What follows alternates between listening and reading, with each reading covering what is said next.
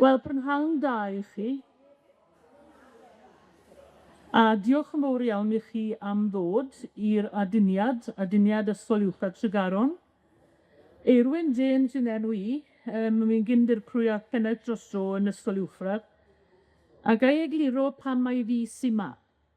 Fe bodlones i fod yn is-gadeirydd blwyddyn nesa, wel am leni y blwyddyn nesa, ac wedyn wrth gwrs yn anffodus yn drist iawn, fi yma yn absenoldeb y cadeirydd Bethan Hopkins Williams. Ddim yn estyn ein cydymdeimlad a Bethan a'i mab David Ceo ar ôl colli ei hŵr Marc, yn hynod o ifanc. Felly bydd theas yn ei wneud o cerdded mewn i'r adwy heddi. Ac ar yr un nodyn, wrth gwrs ddim yn cofio athrawon, staff a cyn-ddisgyblion a gollwyd ers Eisteddfod y llynedd. Ac yn diolch i Noel Morgan am noddi'r digwyddiad hwn cof am Morin siop Aberdŵr. Ac yn anffodus, ar fyr rybydd, nid yw John Jenkins yn dda i iechyd ar hyn o bryd. John Joss, John Garage, ac mae yn yr ysbyty yng Caeredin. Felly byddaf yn galw ar ei gender Cyril Evans i ddod ymlaen i gyflwyno ei eiriau ar ei ran.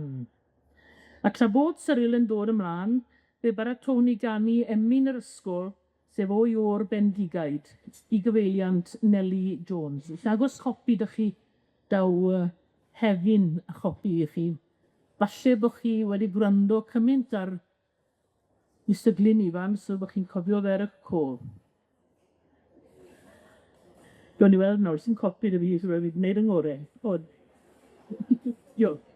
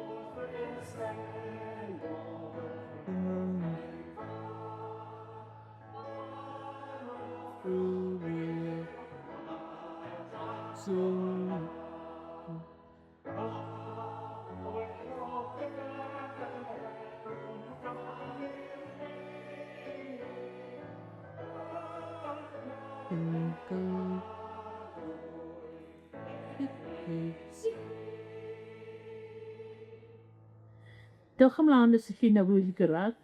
Croeso i chi. Digon o le tu blaen fan hyn. Wel, mwyn rhoi'r diwrnod yn ei gyd-destun, i ni gyd ag un peth yn gyffredin, sef ein bod ni a'n teuluoedd wedi cael ein hafus yn Ysgol Uwchradd Tregaron, ac yn ddiolchgar iawn am yr hyn a ddysgwyd i ni. Wrth gwrs, John Jenkins, Rose Garage, ddyle fod yma heddi, mab Joss a Nellie Jenkins, brawd yr anfarwol efeilliad William ac Ifan.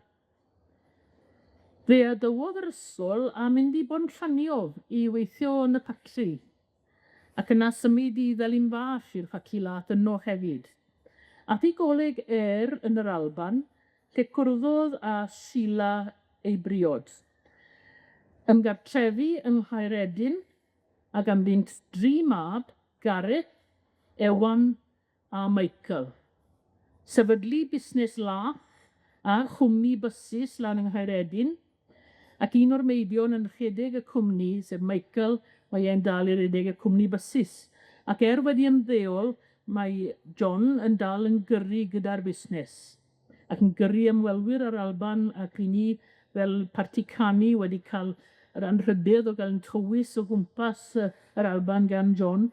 Cofio mynd i weld pont ffwrdd a John yn treithi a gyrru, a o'n ni fel Cyrens wedi cael eu taflu o ben pica achos chydig o'n ni yn y bys mawr, ond gaethon ni brynhawn i'w gofio. Mae ganddo 4 ŵyr, 3 bachgen ac 1 ferch, ac mae John wedi bod yn llais syfarwydd ar Radio Cymru yn mynegu barn ar wleidyddiaeth yr Alban. Diolch i Margaret Mathias, mae'r wyres yn dysgu tipyn o Gymraeg. Robin yw ei henw hi, ac mawr syndod i John, fe ddysgodd digon o Gymraeg i roi syndod i Uwchradd ci. Bu'n gedden mawr i John, yn gedden mawr i Aunty Jeanette yn Soli Llanio, ac roedd e'n un o sawl cenhedlaeth a sawl llinach o bu'n aros gyda Jeanette yn Soli Llanio dros y cyfnod. Felly, gyda hynny o eiriau, fel bod chi'n gwybod beth yn hollol i cyd-destun geiriau Cyril, a'n ddiolchgar iawn i Cyril am gamu'r adwy ac i Sheila Graig John am gyfleu'r wybodaeth yn y Saesneg, dyn ni'n meddwl, a Cyril wedi goffo mynd ati i doslwyddo. Mae'n ysgyd i ben, ond mae hwnna'n arferol i Cyril. Os byddai yn gweud rhywbeth mae'n hafyn mynd na Caeredin. Beth bynnag, rwy'n dyddi am heddi nawr, achos mae Cyril yn ein dwylo ni, croeso cynnes iddo fe. Diolch.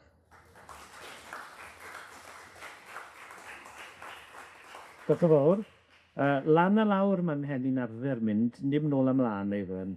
So, beth bynnag. Mi siŵr bod ni'n meddwl am John.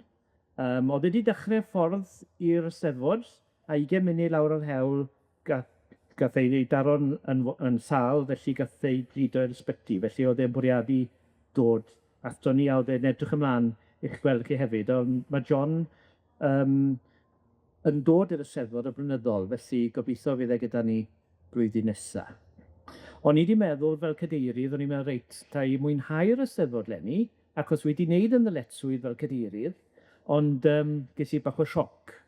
Felly, ond fi'n falch bod fi mewn sefyllfa i siarad ar han John, achos oedd wedi bod yn paratoi'r sgript yma ar y nyferi. Reit, wel, a ga i ddechrau trwy holi cwestiwn i chi gyd. Oes rhywun yma wedi cael y profiad o ddringo ar do Ysgol Uwchradd Tregaron? Rhai ohonoch? Un ohonoch? Neu neb ohonoch? Fi'n gael un o ddoi siglo penne Bronwen, felly? Oce. Well, neu byd o holi rhagor. Wel, roedd yn Ysgol Uwchradd Tregaron rhwng 1962 a 1969, 7 mlynedd yn ystod y 60au. Wrth edrych yn ôl, nid y degawd orau yn fy mywyd, mae'n rhaid cyfadde. Mynd i'r ysgol nes i oherwydd bod rhaid mynd, nid oherwydd bod i am fynd. Dim ond 3 ohonom oedd yn gwneud lefel A yn maths. Oherwydd prinder lle ac ystafelloedd yn bennaf, roedd rhaid cynnal rhai gwersi yn y storroom. Credwch ni beidio. Roedd yno digon o le i 2 desg a dim mwy, gan adael jyst digon o le i Mrs Thomas i sefyll ar ei thraed. Ar ôl un wers arbennig, dyma Mrs Thomas yn mynd i agor y drws, ond roedd y drws wedi gloi. Roedd hi wedi gadael yr allwedd yn y drws, ac roedd rhywun wedi cloi'r drws ar ei ffordd allan, ar ddiwedd y wers. Yn anffodus i ni, dyna'r wers olaf y bore, just cyn amser cino, a doedd neb ar ôl yn yr ystafell, gan roedd Mrs Thomas wedi cario ymlaen am rhai funudau ar ôl i'r gloch ganu. Beth oeddwn ni am ei wneud? Roedd neb ar gael i glywed y bangio ar gweiddi, 4 ohonom yn styc dros yr awr ginno. Yna sylweddolwyd fod yna skylight yn yr ystordi, a dyma ni'n sefyll ar y desgiau, ac oherwydd na fydd y lleia, anodd credu erbyn heddi, ond ddim codwyd a gwthio fi tuag at y skylight gan bwysio fi trwyddo. Dyma fi felly yn ffindio fy hun ar ben to'r ysgol, ac yn hynod o ddiolchgar fod y to yn ei fflat. Y broblem fawr nesa oedd sut i ddod lawr. Dyma fi'n cerdded dros do Mrs Caldwell, yr athrawes Saesneg. A oes rhai ohonoch chi'n ei chofio hi? Reit. Hi oedd yr unig berson yn yr ysgol na oedd yn medru unrhyw air o Gymrag, ond hefyd yn erbyn y iaith. Meddyliwch chi'n dweud wrthym fel dosbarth, "Well, she's a dying language. I don't know why you bother with it." Roedd hi'n dweud hyn yn aml iawn i hi fel disgyblion 15 oed. Meddyliwch dy pa'n i dweud hyn wrthon ni y dyddiau hyn. Fe fyddai hi mas o'r drws yn syth. Peth arall fi'n cofio am Mrs Caldwell amdano oedd un cwestiwn gwaith cartref. Un o'r cwestiynau oedd, explain double declutch. Gan mod i wedi nghodi mewn garej, roedden nhw'n gwybod yn hollol beth oedd double declutch. Ond hefyd yn gwybod ma byddai syniad gan unrhyw un arall yn y dosbarth, gan gynnwys Mrs Caldwell ei hunan. Yn y wers nesaf, dyma hi'n holi'r dosbarth a oedd rhywun yn gwybod ystyr y gair. A dyma fi rhoi fy llaw i fyny, a dyma'r tro cyntaf mi gorfod siarad yn Gymraeg yn gyhoeddus, yn Saesneg yn gyhoeddus, fod yn byri. Fe petai yn y giro double declutch. Yr ail waith, bu'n rhaid i mi siarad yn Saesneg, neu darllen y Saesneg y dylwn i'n dweud. Oedd yr wythnos, darllen y Saesneg dylwn i'n dweud, oedd yr ystod yr wythnos lle roedd yn rho i darllen o'r Beibl yn yr Asembli. Un bore, yn lle fod Mr Glyn Evans yn dod lan y grisiau i'r llwyfan, dyma'r dirprwy Robert Thomas yn dod i fyny, ac yn egluro fod Mr Glyn Evans i chwrdd, ac yn anholi i mi i ddarllen o'r Beibl Saesneg. Roeddwn wrth gwrs wedi cael cyfle i baratoi'r darlleniad yn y Gymraeg, ond dim ar y fersiwn Saesneg. Diolch yn fawr iawn, Mr Thomas. Peth bynnag, dyma ni nôl at saga y to. Cerdded ymlaen wedyn dros do dosbarth John Roger Crys. Mae'n ffodus iawn fod neb wedi sôn wrtho am beth ddiweddodd Mrs Caldwell am yr iaith Gymraeg. Roeddwn nhw'n dal ei chwilio am ryw ffordd i ddod lawr o'r to, pan welais ysgol yn mynd i fyny o'r to i ystafelloedd o'r athrawon o'r prifathro. Felly dyma fi lan yr ysgol gan dyfair y ffenestr, a gweld Mrs Davies yr ysgrifenyddes, sef gwraig Ogwyn Davies. Roedd ei gwyneb yn bictiwr. Mae'n siŵr mai dyma'r tro cyntaf erioed i ddiwedd disgybl yr ochr arall i'r ffenest. Ar ôl dod dros y sioc, fe gwrodd y ffenest, a helpu fi ddod i dem. Wedi esbonio sefyllfa iddi, lawr a fi nôl i'r storwm, lle roedd Mrs Thomas a'r ddau ddisgybl arall. Yn ffodus, roedd yr allwedd yn dal yn y drws, ac felly roedd troi'r allwedd, bu'n rhaid i mi wneud i'w rhyddhau. Dyma oedd y tro olaf i Mrs Thomas adael yr allwedd yn y drws. Rwy'n berffaith siŵr felly mai fi oedd yr unig disgybl i gerdded y tro gyda caniatâd, ond i faig o'ch chi'n gwybod yn wahanol. Os yw'n cofio'n iawn, 7 ohonom ni oedd yn ystod lefel O yng Nghemeg, ac ar ôl rhoi'n papurau i fewn, dymai John Ifor Jones, sef Jones Tem, yn aros amdano'n tu allan i ddrws y gym gan fynd os y papur a'r cwestiynau, a chaid cyfadde bod i ni gyd yn eitha hapus ar papur. Yna, dyma fe'n dweud bod job i'w gael dros gwyliau'r haf yn labordy hyd-enfawr llaeth ym Mhonllanio gyda'r MMB, y bwrdd marchnata llaeth, i unrhyw un oedd wedi eistedd lefel O Cemed. Doeddwn ddim yn sylweddoli ar y pryd, ond roedd y sgwrs yma yn mynd i newid fy myd bach yn gyfan gwbl 4 mlynedd yn ddiweddarach. Yn ffodus iawn i mi, roedd cendef yn had a oedd yn byw dros nesaf i ni, yn ffrindiau mawr gyda rheolwr y rhifenfa, Gwyn Evans. Wedi dim ond galwad ffôn cymherodd i mi cael y swydd. Prynodd o'n had hen fod o beic i mi oddi wrth fynd iddo, a felly dyma fi yn cael yr haf orau yn fy mywyd, mynd ar yr hen fod o beic, a mynd oherwydd fod i am fynd, ac nid oherwydd bod rhaid i mi fynd. Yn ffodus, fe holwyd i ni a fydden ni'n hapus i ddod yn ôl yr haf ganlynol, ac felly y bu.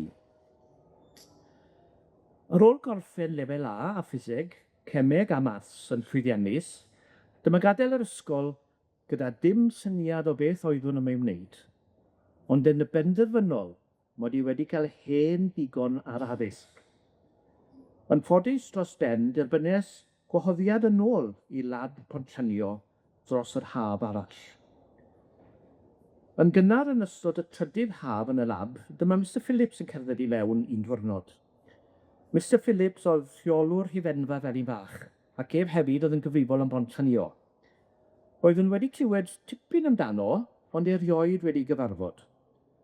Roeddwn yn gwybod fod e'n eithriadol o strict, a fod pawb yn ei ofni.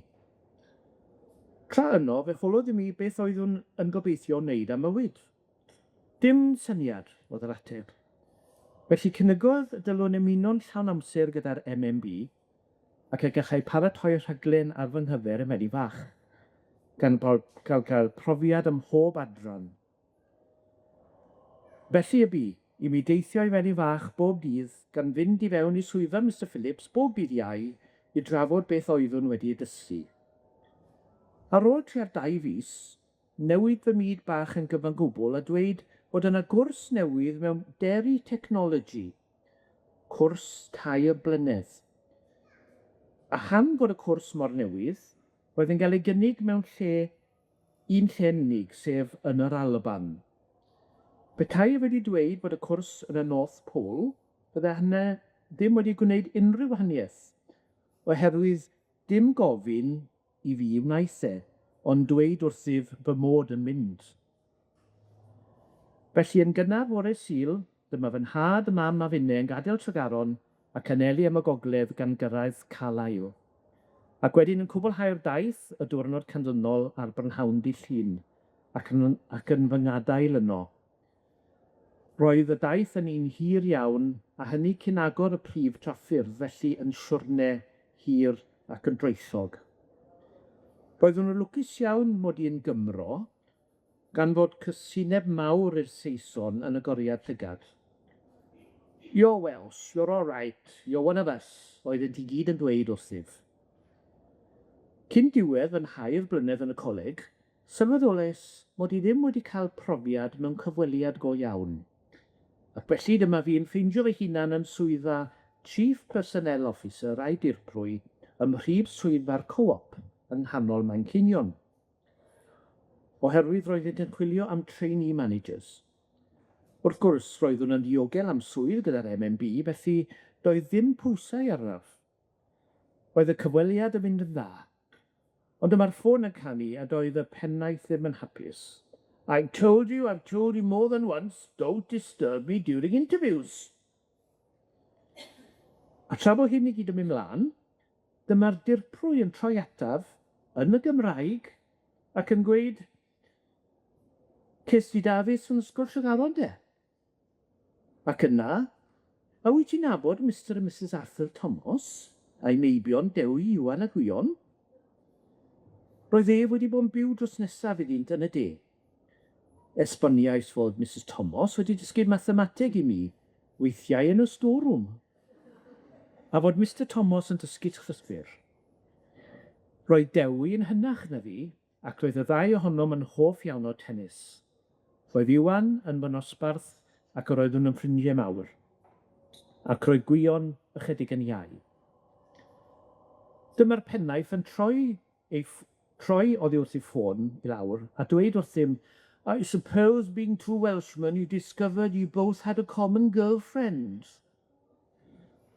Roedd rhaid ymateb i hwn, a'r Sais yma.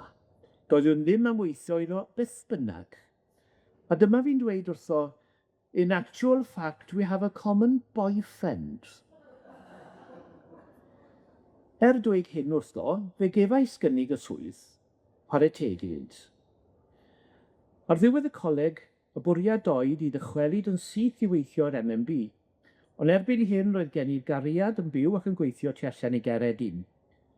Wedi syrthio mewn cariad gyda hi a'r ddinas, llwyddais i cael gwaith fel Assistant Production Manager mewn rhifenfa yng nghanol y ddinas ger y castell. Cwmni preifat oedd hon, ond anodd credu fod un galwyn o bob tri o hufen yn y wlad gyfan yn cael ei cynhyrchu o'r safle fach yma, yn ogystal â 200 o lwyni o iogurt bob dydd, yn ogystal â cottage cheese, a miloedd o lwyni o laeth wedi pastwreiddio. Wedi gweithio am 2 flynedd, cefais y cyfle i ymgeisio am swydd Production Manager, ac fues yn llwyddiannus. Dyma gyfnod hapusaf yng ngyrfa a parodd am 5 mlynedd. Roedd y merthynas gyda perchennog yn cwmni fel perthynas tad a mab. Byddai'n ffonio bob dydd tua 4:45 i ddod i fyny i swyddfa. Yn ffodus neu'n anffodus, roedd yn derbyn tua 12 o boteli o wisgi bob Nadolig. Ac felly roedd hi'n braf cael cyfle i drafod materion y dydd gyda glasied o wisgi yn fy siau. Erbyn hyn, fe uchelgais oedd fod yn hunan gyflogedig, a phan baith deri fach ar y farchnad ar gyrion Caeredin, rhaid oedd mynd amdani. Rwy wedi bod yn meddwl droion pam oeddwn am fod yn hunan gyflogedig. Credaf mai dylanwad fy naid nat ci oedd yn gyfrifol yn bennaf, roeddwn yn meddwl y byd ohonynt, a'r ddau yn hunan gyflogedig, ac hefyd fy nhad am brodyr yn y garej yn Tregaron. Rwy'n cofio darllen yn y papur rhywbryd, mae'r gwahaniaeth rhwng hunan gyflogwr a'r cyflogydd yw bod y hunan gyflogwr yn dreifio car ychydig yn fwy, yn mynd ychydig yn bellach ar ei wyliau, ac yn byw mewn tŷ ychydig yn fwy. Ond wrth gwrs y prif gwahaniaeth yw fod rhywun sy'n hunan gyflogedig yn gweithio o leia 70 awr yr wythnos, lle mae gweithiwr cyflogedig yn gweithio 30. Wedi dros 20 mlynedd yn y busnes llaeth, fe werthais y busnes gan brynu bws mini a chytundeb i gario plant ysgol. Roedd gan fy net ci cytundeb cyffelyb gario plant ysgol gynradd Tregaron. Erbyn hyn, mae fy mab i iengaf wedi cymeryd y busnes drosodd gyda 10 ar 20 o fysys, a dwi'n gweithio iddo rhan amser. Cyn cyfnod y clo, cefais amser da a diddorol yn cludo ymwelwyr o gwmpas yr Alban. Bobl o China oeddynt yn bennaf, ac i gwmni Wang Ping Travel oedden yn gweithio. Wrth gwrs wedi Covid aeth y teithiau yma i ben, ynghyd â'r cwmni ei hunan. Wrth eithio drwy'r wlad, fe ddeis i sylweddoli mor enfawr yw'r Alban i gymharu â Chymru. Mae pob mynydd yn yr Alban dros 2,000 o dregfeddi yn cael ei alw'n Monroe. Nawr yn Nghymru, ond yr Wyddfa sydd dros 2,000 o dregfeddi, gyda chaliad Idris yn chydig yn llai. Felly ond un Monroe sydd y gael yng Nghymru, sef mae 282 yn yr Alban. Nod cannoedd a miloedd o Albanwyr yw dringo pob un ohonynt, ac mae gen i'r sawl ffrind sydd wedi llwyddo i wneud hynny. Finne wedi dringo 6. Wrth orffen, mae rhaid dychwelyd i Bontanio, safle sy'n agos iawn at fy nghalon. Mae'n anodd iawn credu bod y safle bellach wedi bod ar gau ers dros hanner canrif. Safle lle roedd tua 100 o bobl a chymeriadau yn gweithio 7 diwrnod yr wythnos. Mae'r safle heddiw yn edrych yn dychrynllyd o drist. Ac yn bersonol, beswn yn falch iawn i weld y bwrlwm o ryw fath yn dychwelyd i'r safle ac i greu swyddi gan roi rhyw hwb i'r economi lleol. Diolch yn fawr iawn i chi am eich gwrandawiad ac am y cyfle yma i fyfyrio ac i gofio am yr hyn a fi. Dymunaf bob llwyddiant i Gymdeithas cyn-ddisgyblion a diolch i'r ffwrdd swyddogion am ei gwaith a'i ymrwymiad i gadw'r pethau i fynd. Diolch.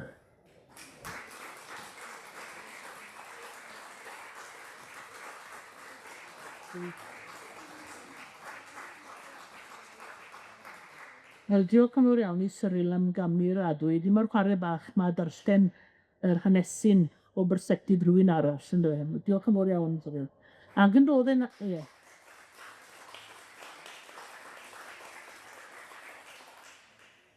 Ac John yn gymeriad hoffus iawn. Wi wastad yn meddwl amdano fe fel y cyfuniad perffaith o'r gorau yn ei ddoi brawd. Achos mae rhywbeth yn arbennig yn ddim dilche.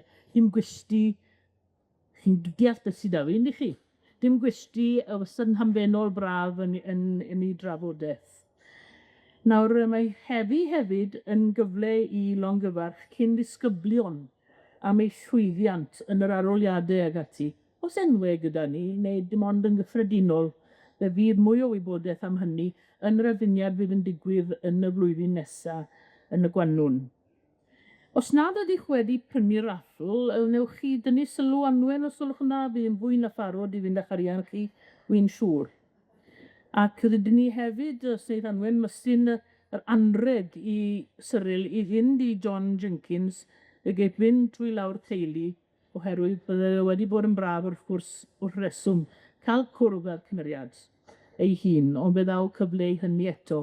A rydyn ni'n dymuno'n dda iawn i John yn ystod ei salwch nawr, gobeithio byddai'n tynnu trwyddo yn dda, ac y byddwn ni'n cael cyfle i weld e'n nôl to yn ei henwlad. Dyma.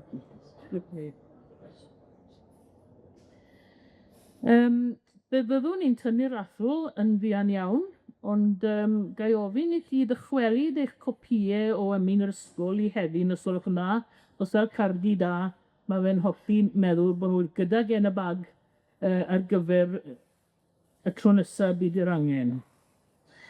Ac mae yna rhywun yn mynd i gynnig y diolchiadau wedyn ni, ond mi ddim yn siŵr fe Hefin neu Anwen sy'n gwneud. Felly gyda Anwen benni ar atl yn gynta.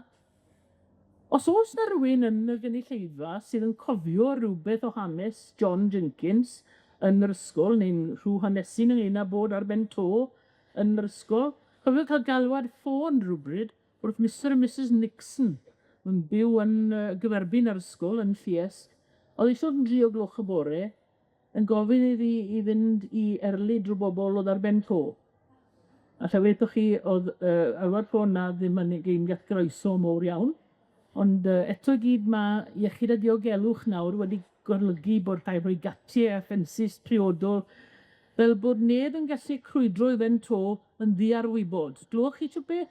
Ond na fe, fel na mae bywyd wedi mynd. Felly nawr fi'n credu geith Cyril dynnu'r raffl a fe geith y bobl sydd wedi ennill i gwobre ddod i'w casglu. Chi'n gallu gweld bod fi'n arfer gyda mystyn y geia i siarad, achos mae rhaid i rhywun ddweud rhywbeth tra bod ni'n benni at bethau. Na ni. O, sa i wedi cymryd raffl? Sara, ti'n bod yn rhoi dy lawn dy boced a i fi gael raffl? Ylwch.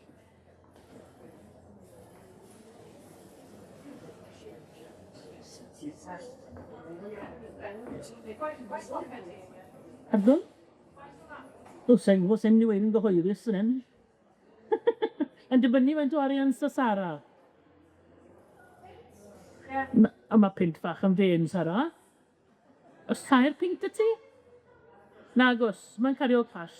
Merch o dre yn awtos. Na ni, fi ffint yn neud, gwybod neud y tro. Diolch yn fawr iawn. Thank you. Felly, ni'n barod i dynnu'r raffl. Cyril, neu di dynnu'r un gynta os gwylwn nhw?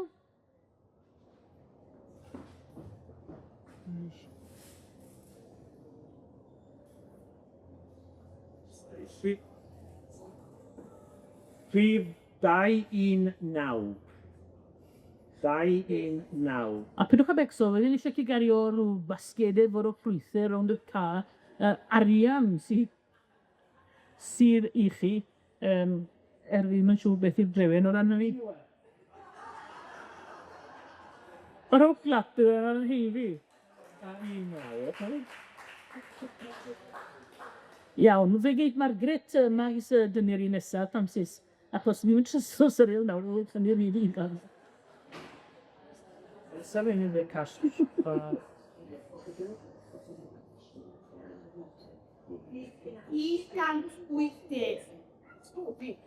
O, na fe. Dos- 150? Ie. Na, 150? Ie, Sarah Dawn Roberts. Na.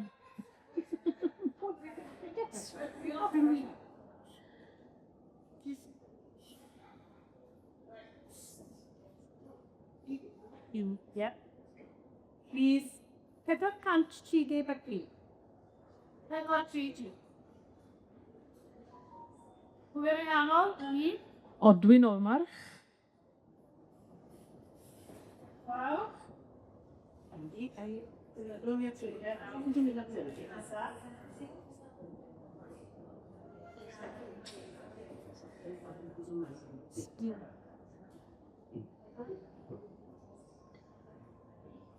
Sawl un sy'n sedd yn i'r atl math o fad te? 511. Draw ar bwys Catrin, a fi. Deli Tywyswydd. Ti'n mynd yn ôl at ddofio o gystadlu yn sefod yr sol. Ie. Os na'r agor? Na, un eto. 576. 576? Mae hwnna'n mynd i bronant. Diolch yn fawr iawn. Wedi benni? Un bach arall, o, ni'n teimlo'n hael eddi.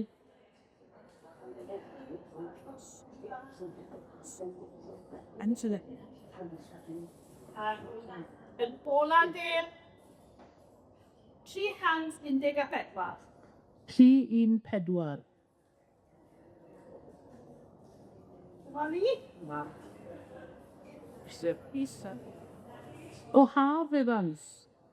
Yn credu bod chi a'n had yn yr un dosbarth yn ysgol, o fi'n cofio'n iawn, ha? Yn cofiwch enw chi no. Dim ond pethau da, wrth gwrs. Felly wedyn ni dynnu'r atl, a'i chi nawr wedi dychwelyd eich copïau o emyn yr ysgol i hefyn, i mynd i alw ar Anwen i gynnig y diolchiadau yn swyddogol. Diolch.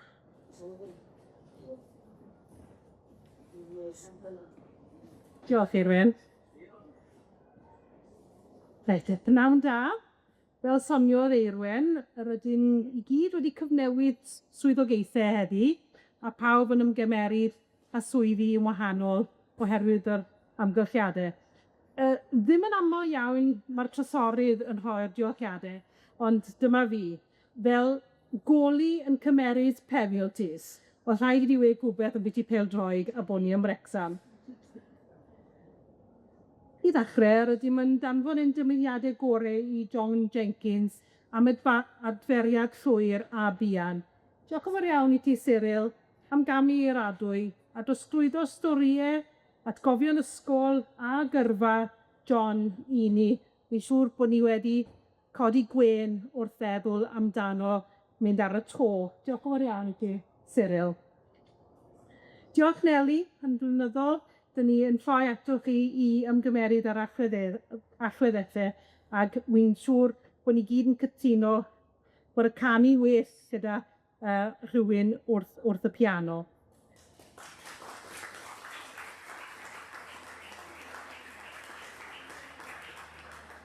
A na ni'n nodiadau yn rhedeg mas, so I'm winging it nawr. Diolch, Eirwen, diolch yn fawr iawn i ti. Eto wedi ymgymeryd oherwydd yr amgylchiadau a mae'n dymuniadau gorau ni i mynd ato Bethan.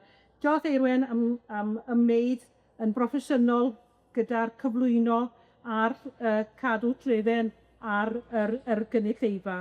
Ac wrth gwrs mae rhaid fi ddiolch i chi y gynulleidfa sydd wedi teithio lan o ardaloedd pes ag agos yma heddi i ymuno gyda ni. Felly diolch yn fawr iawn i chi. Diolch hefyd prynu'r apples, achos dyma beth sy'n cynnal y gymdeithas trwy'r flwyddyn. Gyda hynny o eiriau, mae Noel Morgan bore teg yn noddi y babell, o'n i'n mynd i weid shed, ond sori, y babell yma bob blwyddyn. So diolch yn fawr iawn iddo fe am ymroi a noddi hynny. Felly, gyda hynny o eiriau, dyna'n diolchiadau i. Diolch Hefyn, o ti ddim wedi rhoi dy enni di fyna, ond dwi'n diolch i ti am yr holl trefnu ac aros ar y ffôn i bwco y babell ar y pryd. Felly, diolch yn fawr iawn, mwynhewch gweddill ar y Steddfod, a gobeithio mi gewch chi hwyl wrth mynd o gwmpas y maes. Diolch yn fawr iawn i chi.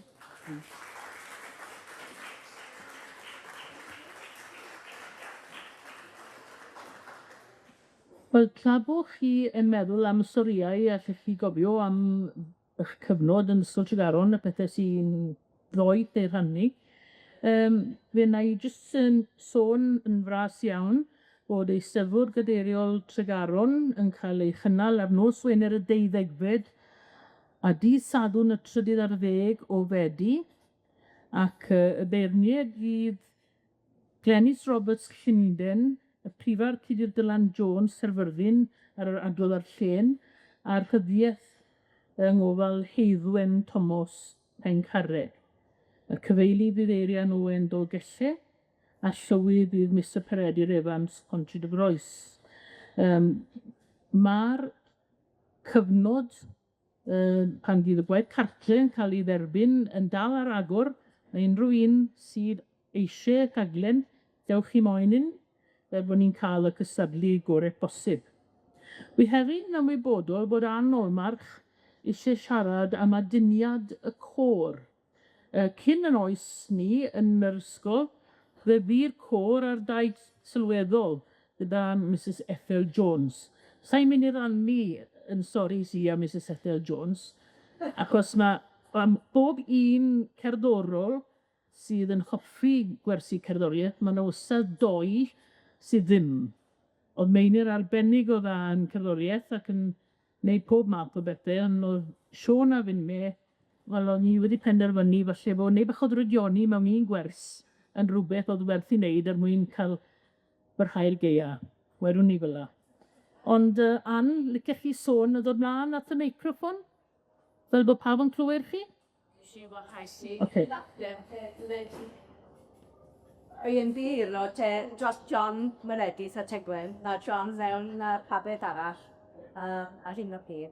Ond ni wedi yn ati to i trefnu aduniad côr ac i Denmark gyda Msede o Wynderus yn from Thomas dyn ni wedi colli mygyd a ni wedi colli lot o ffrindiau.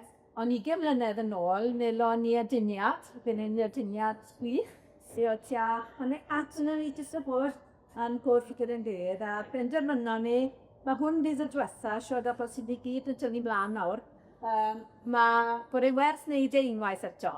So fydd yma aduniad o'r côr, sy'n gwybod am rhywun oedd y côr, i'w weld rhai sy'n fa yn y siwr, i gofio dweud wrth bobl eraill os i ni wedi ymhofio rhywun, atgoffwch pobl, ond mae hynny sôn a goffiad ar Facebook Ysgol Tregaron.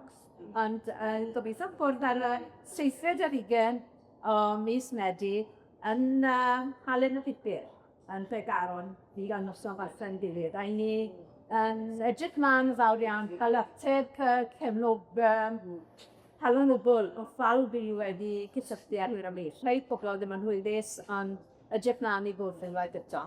Dos.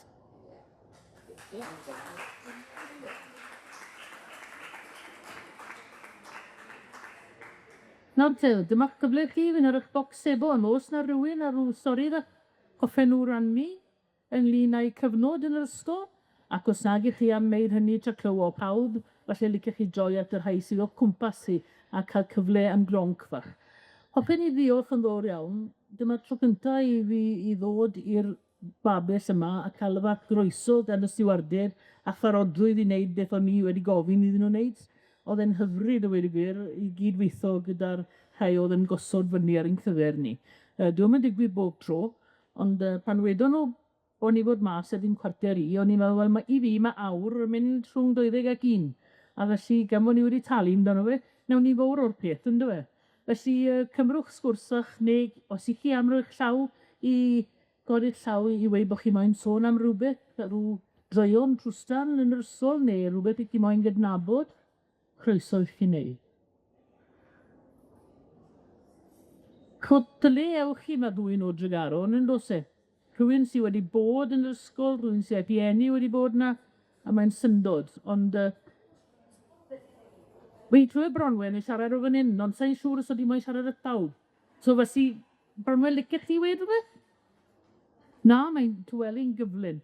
Os oes unrhyw un yn goffod mynd gyda rhywun arall, mae croeso i chi godi am mynd. Fi'n gwybod bod rhai pobl yn brysur wrth i dyled swyddau, ond cymrwch yn gynnydd tawl bod ni yma sit down bach tan 1 o'r gloch.